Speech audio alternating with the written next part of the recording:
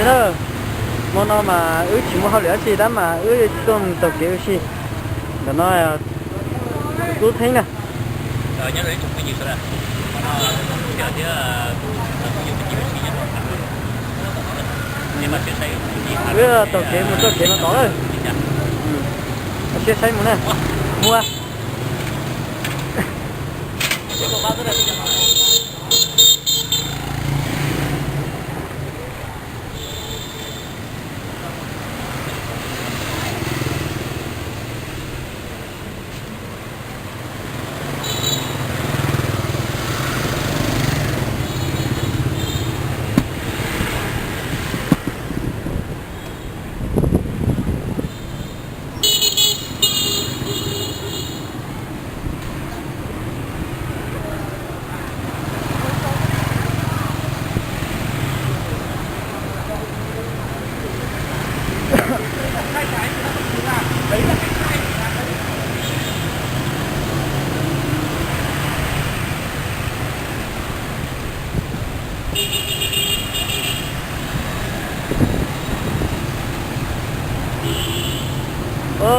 nhớ ra Hà Nội nó chơi chống thì tiền đó cứ tiền được thế lo là mua thế mày là mua cái mà calo đó thì mà họ một thế cũng phải luôn rồi đó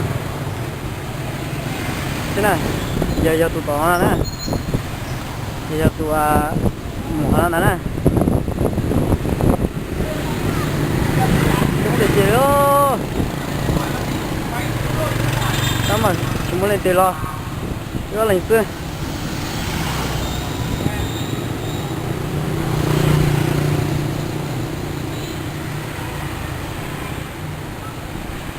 ông xem mà biết sự phổ biến luôn đó là rất là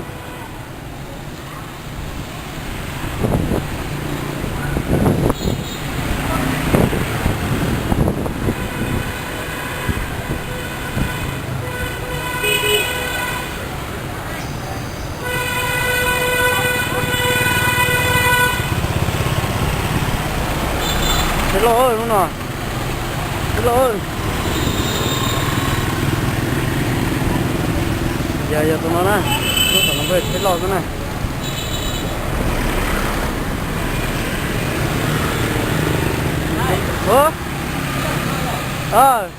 cái này có cho một xí má nè cho yếu lò nè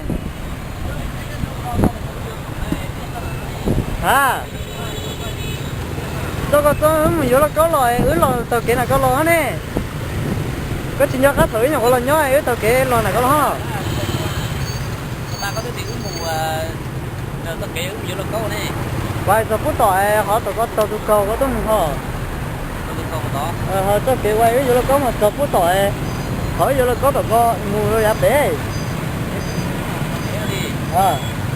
mới đã cùng mua mà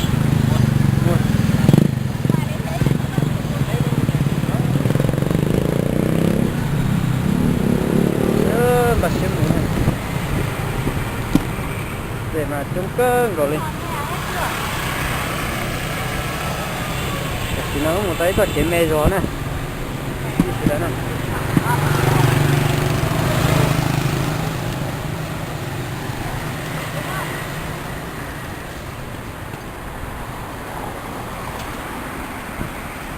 món nào mà tôi mình chỉ lòn là xuống nên mê ái chơi chứ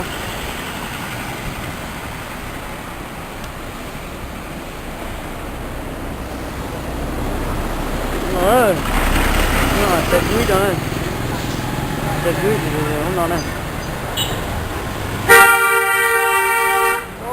thế mà chân trong rồi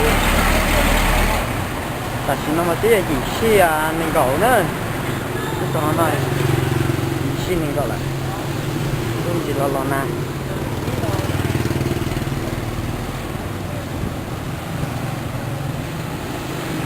về xuống đây nè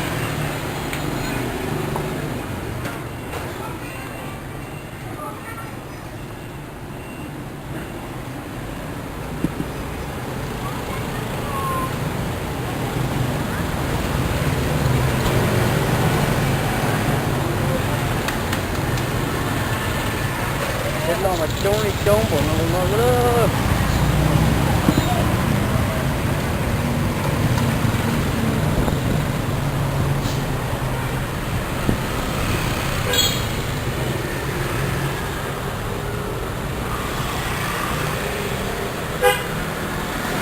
đây này xe taxi này lúc nào này xe taxi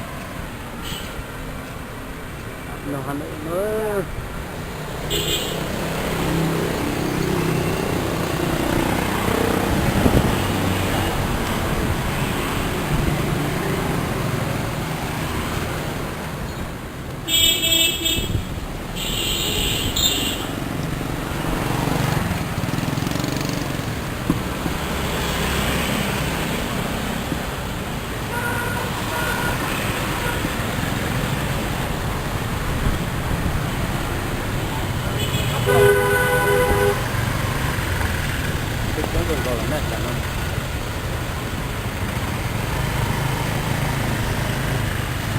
mà đã tỏ trên có vá thay nữa hả này trên có vá chỉ cho ra lại sách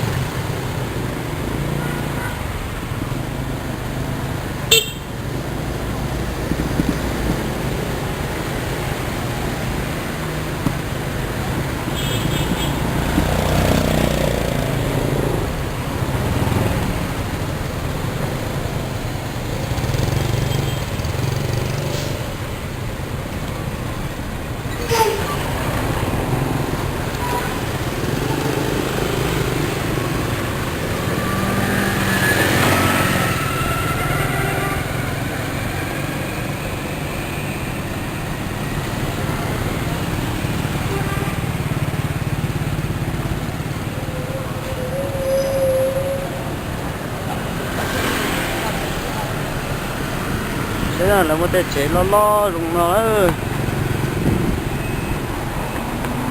chế xí xíu sợ ha thì nó để họ thay lên để nó này giờ cho để đỏ để xanh ha cũng một trò này họ ngã tư mà để đỏ để xanh xíu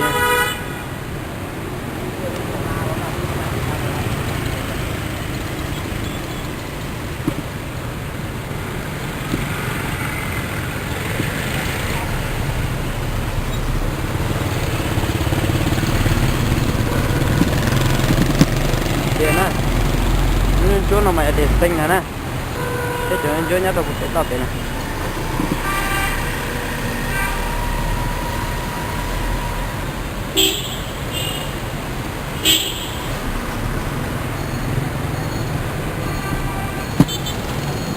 Thế lò xuống của nó,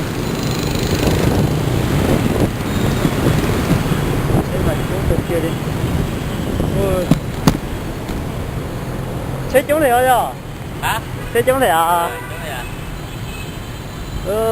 Chỉnh chế cho nhau nó đấy à? Cứ là quên để đặt xíu đấy à? Có một tháng nó bé à? Đi thẳng ra, mình ra gặp người ta tới thì đánh liệt nó thẳng. Có sách kéo, một thay rồi cũng chỉ cho có sách kéo kìa. Nên nó vậy tụ cầu á. Chế mới cho nhau sáu đĩa chế mà xuyên là phút rồi. Chả nó đâu có đã tỏi trong người cho lần nào thế này. Đi này. Cho kế chết rồi.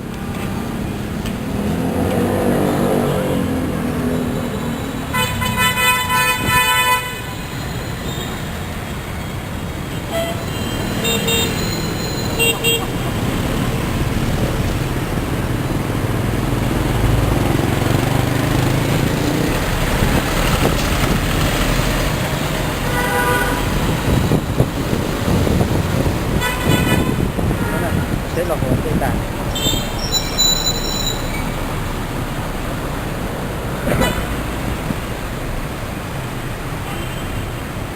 Ô, thế mà trông họ lại tiêu rồi. Ôi chị trời, chị nó nữa. Chị rất chết không nộp nữa. Đó là hẳn nữa. Thế khiến ông đi không nộp nữa. Sao kể nha.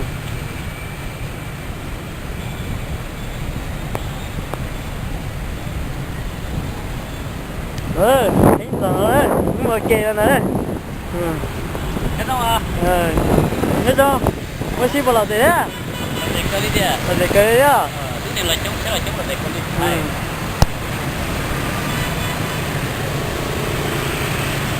Thế chúng cần rồi á nhờ?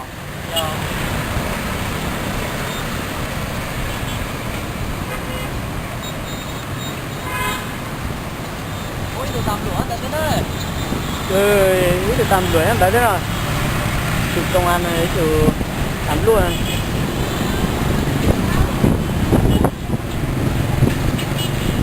ui họ đen tua lo cho quá chả à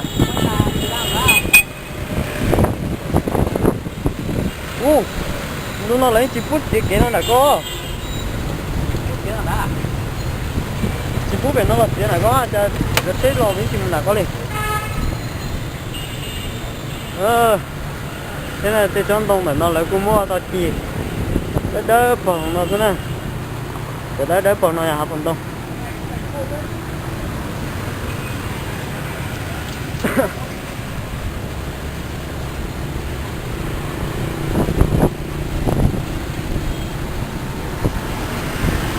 hôm nay em mới tụi mình vô xí để sẽ được chỉ xí rất ưa mình để sẽ có vai à giờ lúc nào đây luôn đấy giờ lúc nào tiếc ta chỉ ăn tôi ta tập phong nào ok đúng nào nó ta này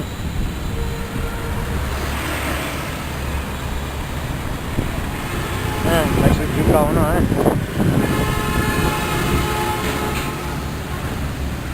chế bọn nó chơi muôn chơi anh đó thì nào dưới lên luôn đó à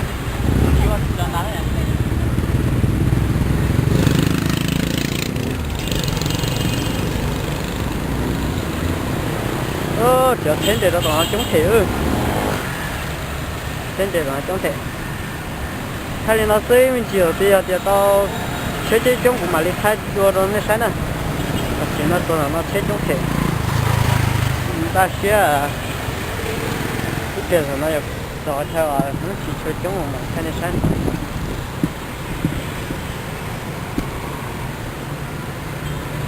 nó thế mà chống bộ nó tình này chả nói nữa mà tuần này lúc bà đê nữa sau lúc bà đê tàu nó là lò à nó là hậu đêm nữa này giờ ơi thằng đây không mưa đâu có đêm đi chụp bự cho chị cho lò đê xì nó nữa con làm dương dương nhá không hoa quả cóc củi không dùng nước đủ đây ngồi bên kia tắt tỏ lý để nó hậu này nó tròn luôn còn chân này à chỉ tránh kìa ủa đấy tôi xì cái lò tầm nó lò này mà sát tầm nó lò là cho nó thì cái lò họ đêm này có đây thì thầy hậu đâu